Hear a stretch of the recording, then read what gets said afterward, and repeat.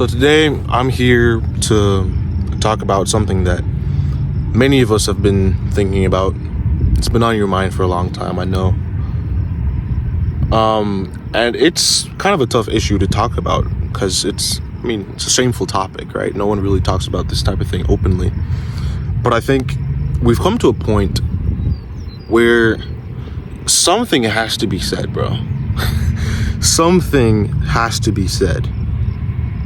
Our generation is way too sexualized. Way too sexualized. And I don't know what YouTube's gonna do with this video. I don't know what the restrictions or guidelines are, but I'm gonna talk as plainly as I possibly can. But let me tell you some stories, right? I grew up in a foreign country. And I remember my first introduction to sort of explicit content. And when I say explicit, for us, explicit was just like a passionate kiss, right? And I remember seeing that as a kid and how my mind just like raced like any natural human being boy's mind would race, right? I was like, oh my gosh, that's crazy. It was like 4 or 5, and I guess by modern standards, that's like innocent. But I remember that having such a potent effect on me and the way I begun to think. I was like, whoa, bro, that's so awesome. Your natural drives start to kick in way before they should. And that has a strong effect on any human being. And that wasn't even heavy, bro. That wasn't even heavy. I remember the potent effect that had on me at that age. Now, we've come to the point where sex and sexualized industries have become like heavily monetized. I think the prawn industry does like billions. I think it takes over legacy media combined by a lot, bro. And I think it's something that has been overlooked by our society for way too long. Way too long. I'm gonna tell you a story. In high school, right? My last year of high school, I went to a gym, to a middle school, right, to help out with their gym. It was for our advanced weights class, right? And I remember hearing these kids who could not be more than 10 years old, bro, talking about the most explicit things that I had no clue what they were talking about, but I could deduce what they were talking about. And I remember feeling just like broken. Like I was stunned and I was standing there and I was like broken, bro. I almost like, if I was slightly more emotional, I would have broken out into a sob. Like seriously, I just felt broken. My spirit just felt shattered because these kids are 10 years old, bro. And they are already exposed to things that they basically have no novelty to look forward to in life. They've already, and this is not a fault of their own. I'm not blaming them, but they've already screwed certain heights of passion and novelty for their future. That's already dead at 10 years old, bro. And that is a problem. That is a problem. The thing about human beings is that we look forward to novelty. That's what creates most excitement, right? Novelty, something new. If you do something over and over again, it becomes boring and then it's no longer interesting. And one of our main gifts, right? One of the gifts that nature and God has given us is our sexual nature, bro. And if that gets robbed from you before you're even 12, what do you have to look forward to? And I know this sounds weird. It's kind of a weird way to think about it. But bro, it's a natural thing. If you have nothing to look forward to, then you have nothing to look forward to. I didn't mean to break out into a rant, but I think that's just so wrong, bro. The fact that that's so widely available and easily accessible for kids, dude.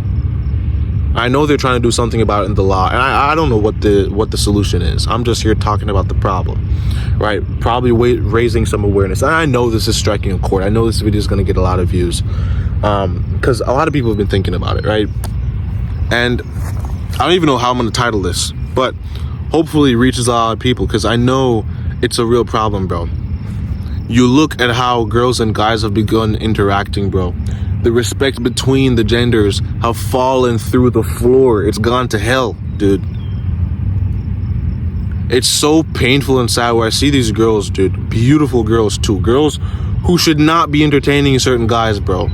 But they're begging, yearning for an ounce of attention simply because decent guys are locked up in sexual content that has nothing to do with the natural world, bro. They're not giving these girls any attention, or natural drive has been stifled and diminished because we've gone to unnatural sources for release, for attention, for affection. It's a real problem, bro. You look at why the genders are against each other. This is the biggest underlying issue. Not one of, it is the biggest, bro. And it is far more widespread than you think.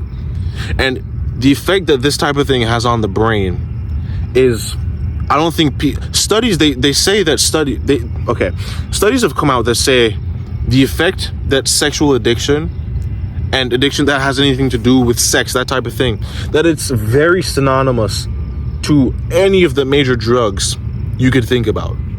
It's a problem, dude. And kids are being exposed to this at 6 years old, bro.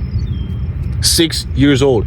You talk about the rise of nonchalance, right? People are nonchalant. Oh, I'm so nonchalant. Bro, we know. You're either addicted to Nick, you're addicted to prawn, you're addicted to something, bro. Because then your emotions get stifled and you cannot act with enthusiasm. We know this. Studies have shown this, right? Most people are going through withdrawal 24/7. You see teenagers in classrooms and you wonder, oh my gosh, these kids have changed. They don't care about life anymore. They have no energy. Why do you think that is, bro? Do you think it's an accident? Do you think that's an accident? Tell me, bro. We talk about testosterone levels and how that's falling through the floor. It's gone to hell. Why do you think that is? Dude, this is a very real problem. And I'm not here to say I have the solutions, or I'm not here to tell people what the frick to do, bro. It's not my prerogative. All I'm here to do is to talk about the problem and raise awareness, dude. And for the young men watching this video, you know exactly what I'm talking about. We have a responsibility to carry, right? We have parents, and yes, our parents should have been there for us, and you might have been neglected as a child. Your mom might have left you, your dad might have left you. You're an adult now, bro. Even if you're 16, bro, this is your responsibility. No one is coming to save you. If you do not take your life into your own hands and try to take responsibility for your shortcomings, you won't change. And let me tell you something, bro. All those people you despise, the people we talk, there's a quote I heard the other day, right? It says, the comedians see everything 20 years in advance. You see all these sexual jokes coming about being I'm trying to say this in the most not cancelable way ever. But all these jokes you hear about people liking underage kids, bro, I am telling you, by the time we become fathers, if we don't change the tide, bro, you will be bawling your eyes out. I promise you. You can bet on your life that you will be sorry for not keeping your sexuality in check. I promise you, bro. Believe me. And you might think, because you're young, that, oh, it doesn't matter and he's just over-exaggerating about. Wait and see. Wait and see. And I know you've been thinking about these things too. I'm not the first person to talk about this. You've been thinking about it, bro. I am not one of a kind. I know for sure, bro. But this video might just be a wake-up call for you to say, listen, follow your instinct. The reason you feel like it's wrong is because it's wrong. Stop doing it, bro. Stop. If you need to talk to someone, talk to someone. I got this, so I saw this comment in one of my videos recently. It was like, can you cover that addiction? And I've been avoiding it, but I think it's full time we talk about this now. It's becoming it's becoming a problem, bro. It's becoming a problem. Most of our social ills, you talk about the lack of grit and drive that Gen Z seems to not possess nowadays, that's the main issue, and I stand by that with my life, bro. That is the main issue, the over-sexualization of our culture. That is the main problem. America is still great. Let me tell you, you see all that's going on in politics? I believe fully with my heart and soul that America is still great. Our biggest issue lies in our sexual immorality. And I know I sound like a religious fanatic when I say that, bro, but give it some thought. Give it some thought.